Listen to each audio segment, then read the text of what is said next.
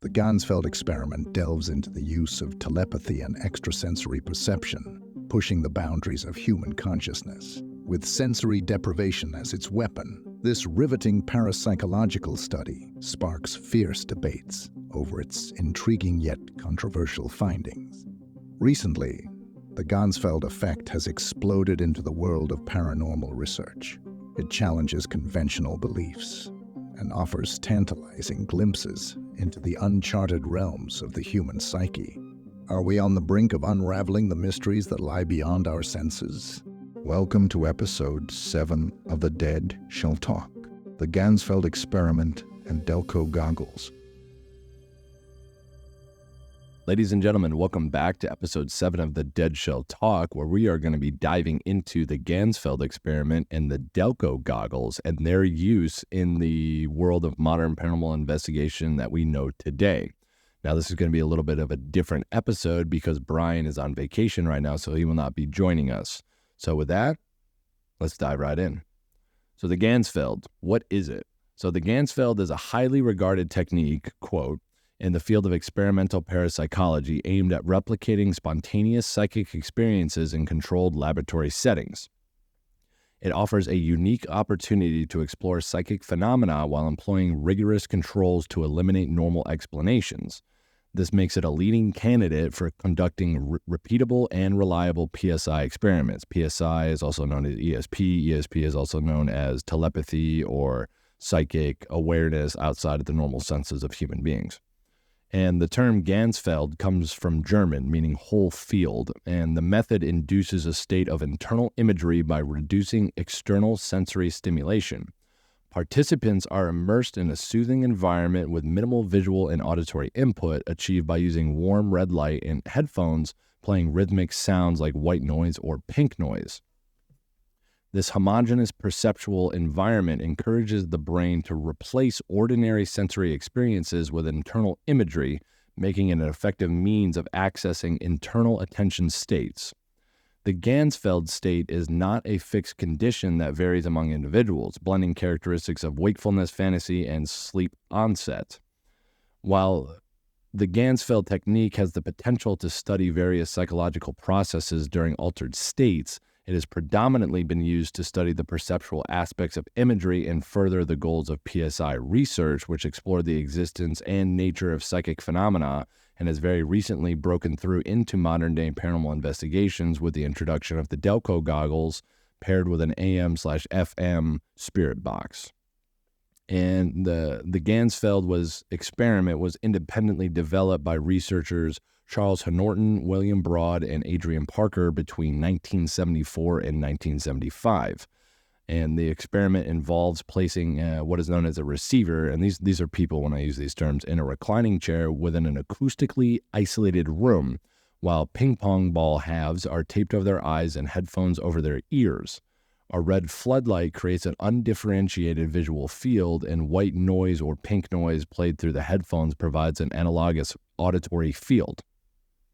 Now, in a separate room, another person known as the sender focuses on a randomly selected visual stimulus, or also identified through the study as a target, from a pool of stimuli. And during the Ganzfeld period, which is where the subject is inside this altered mental state, which usually lasts around 30 minutes, the receiver continuously provides verbal reports of their ongoing imagery and thoughts. After the Ganzfeld period concludes, the receiver is presented with several visual stimuli, including the target, without knowing which one it is. They are then asked to rate to the degree to which each stimulus matches their experiences during the Ganzfeld period. So basically, the objective was that the sender would sit in a room and they would observe different stimuli, and then through telepathic communication, they were trying to send the image through their mind to the mind of the receiver, who is currently induced in an altered mental status, and see if they can see this image. And now they bring out these pictures and they're told to rate which one matches what they were seeing underneath, inside of this altered mental status. And, with that, if the receiver assigns the highest rating to the target stimulus, it is scored as what is known as a hit. And that would potentially indicate a significant correlation between the Ganzfeld experience and the target stimulus. And, where did this all come from, right? And the history of the Ganzfeld technique traces way back to the early 1930s when it was used as a blank screen on the wall of the Berlin City Palace by Gestalt psychologists. A man named Wolfgang Metzger, who was a prominent figure in the Gestalt movement, coined the term Ganzfeld to describe this method, demonstrating imagery as formed as whole pictures or, quote, gestalts, rather than from small sensory fragments, as well as demonstrating that subjects who were presented with homogenous visual fields would experience perceptual distortions that could rise to the level of full-blown visual hallucinations. And after the 1930s, where this initial use began, interest in the Ganzfeld waned until about the 1950s when it underwent a transformation. We just talked about it. There was the half-carved ping pong balls that replaced the blank wall, creating that full-blown homogenous field. And it's documented that the results were striking, and participants almost always reported experiencing hallucinatory images.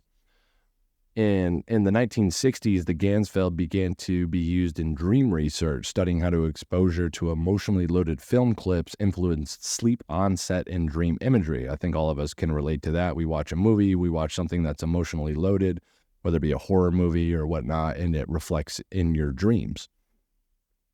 And the modern Ganzfeld design included the addition of white noise through earphones and required participants to provide continuous verbal reports of their experiences during the experiment.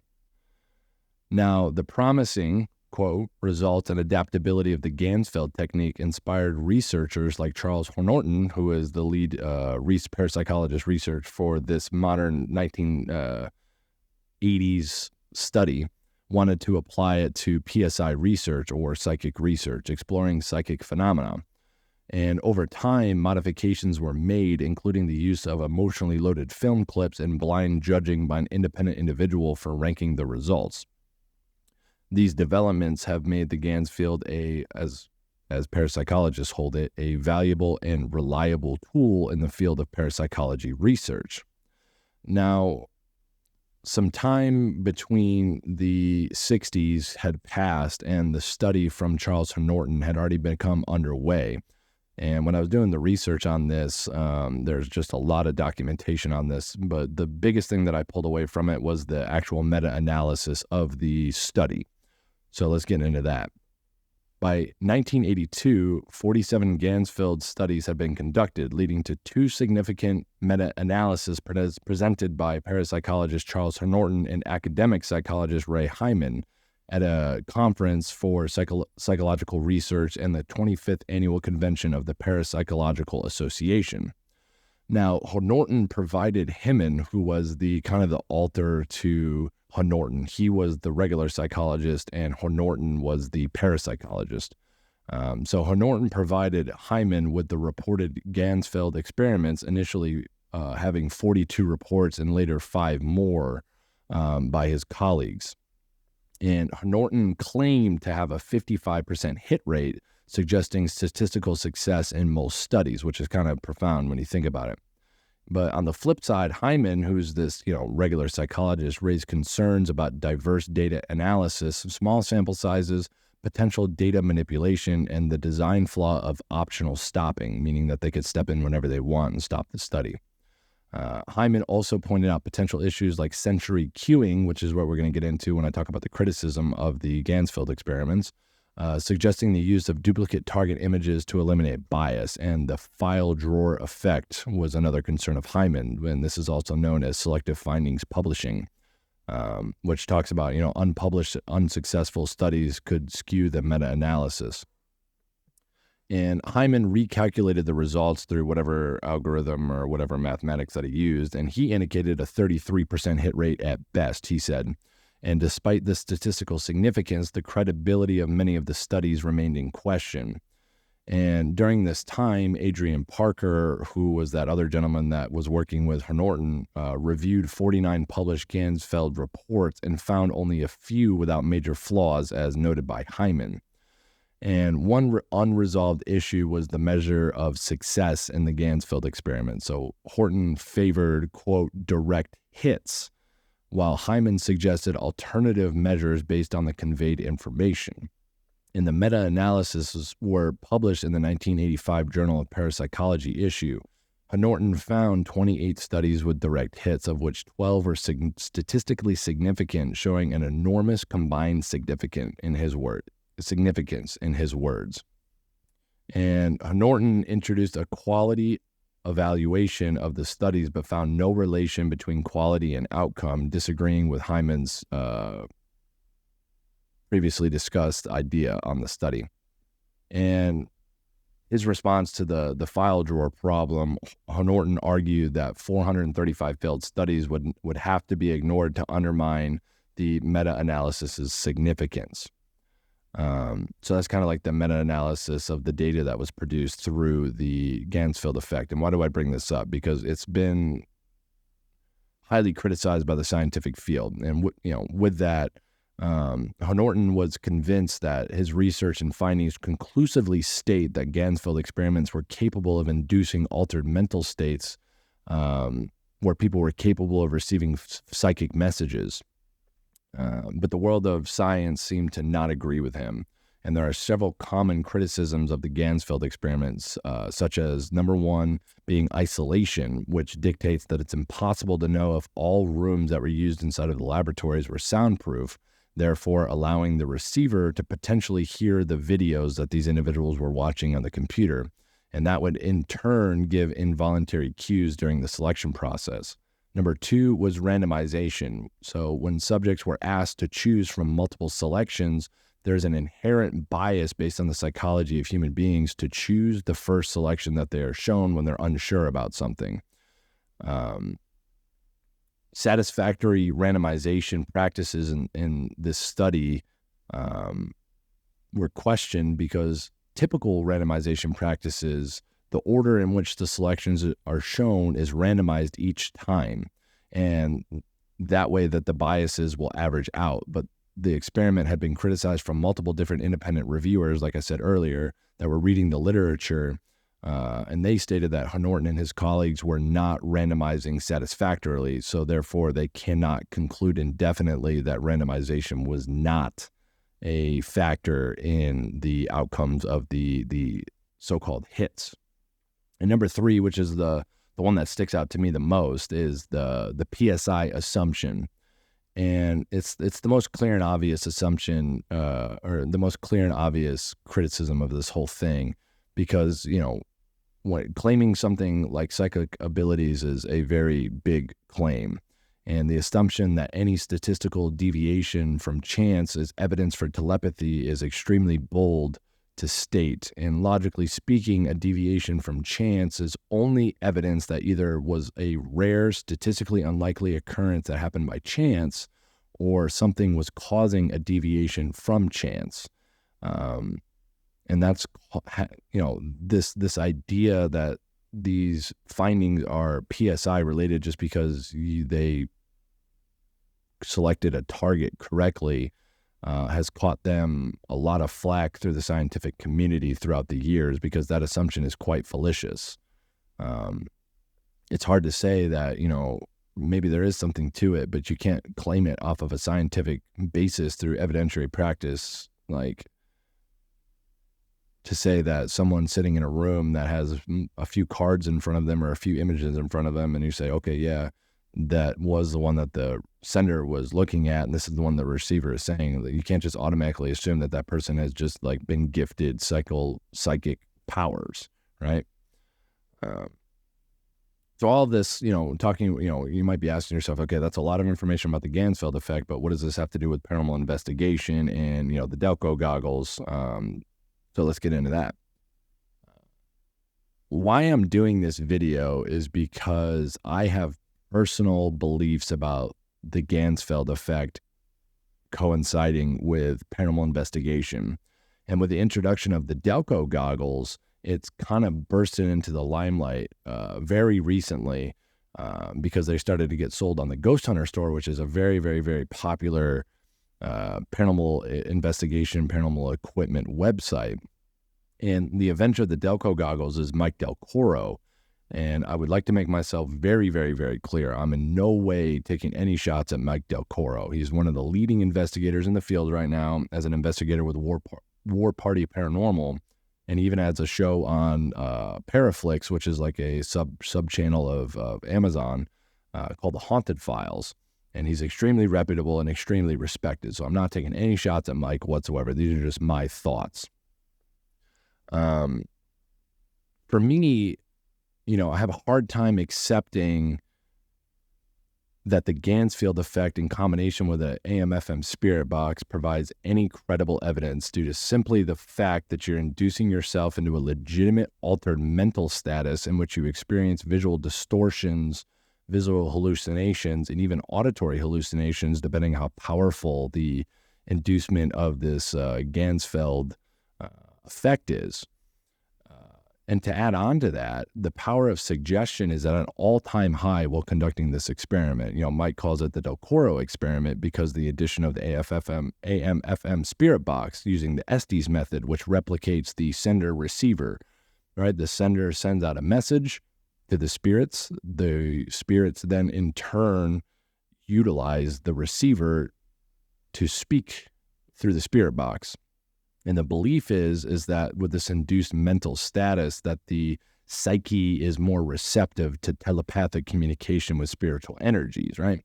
But you're inside of a haunted building that you most likely know the history to, or at least know the story to, who the spirits are, what happened in the building. And then you're also using an AM/FM spirit box, which is literally the most self-influenced device that you possibly could have. And it shows itself all the time. Many times when we use spirit boxes as investigators, and I'm guilty of it too. This is why I know it's a thing.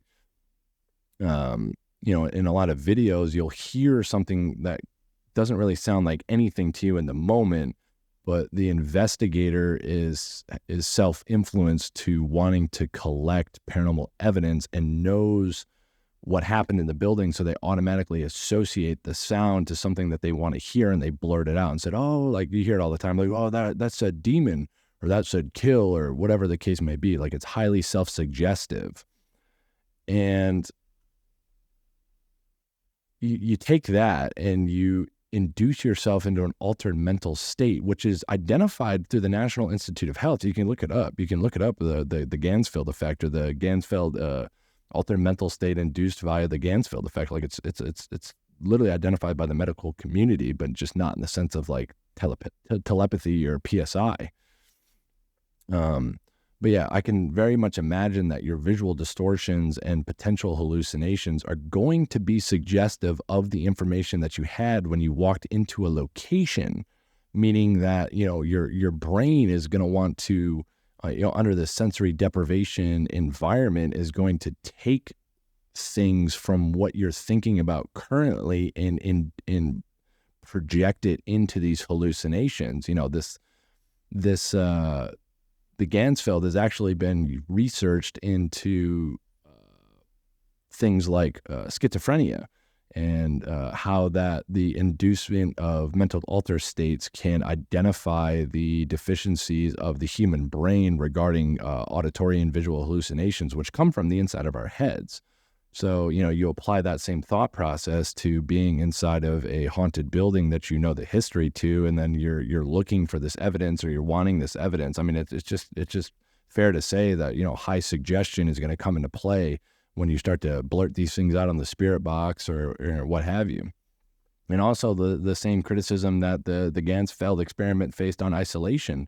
Who's to say that the not Mike when he did the Delco experiment, but anybody that does this is not, hearing potentially what the sender is saying and receiving auditory cues to involuntarily sway what they're saying. Overall, I think it's, the Delco Goggles and the Delco Experiment are an extremely unique and innovative way to investigate a haunted location. I just think that there are far too many X factors at play to say that anything that is documented from that experience can be labeled as substantial or legitimately evidentiary. And, I'd love to try it myself, because you can't really know what to say about it unless you've tried it. I'm just looking at it from an outside perspective, more of an objective perspective, from the outside looking in. And I definitely give it a chance to try it because you know me and you know Brian. We're down to try really anything. We've done SD's methods before, but we're not really fans of it because, like I was saying, it feels highly suggestive. And it feels like, the things that are coming through the spirit box are, you're not always 100% sure what is being said. So we don't really like the spirit box in general to start. But yeah, that's just my thoughts on it. So, with that, I respect the innovation that, Mike has brought to the paranormal field. I just think that it's a bit skewed of a practice to say that, hey, this is like a good thing to be doing in paranormal investigations because, of all the X factors that exist. But with that, I know this was a short one, but like I said, it's just me. Typed up this script for y'all. I thought this was a very interesting topic to talk about because it's kind of all the rage right now. But if you like what we're doing, if you like the podcast, please consider dropping a like, dropping a comment, dropping a subscription. It really, really helps us out. We're actually just shy of 1,000 watch hours to get into the YouTube partner program, which has been like a dream of Brian and I's for a long, long, long, long time. So if you could share this with a friend, share it online, tell people to watch, that would be greatly appreciated. And you know the deal. Next Saturday, we're filming the premiere of season 3 of MP Paranormal at the notorious Haunted Hill House, which just seems right to start season 3 with Haunted Hill House because it's the most badass location on planet Earth. But yeah. This will come out Friday, and after that, we'll have a Hill House episode coming to you in another podcast. So until then, see ya.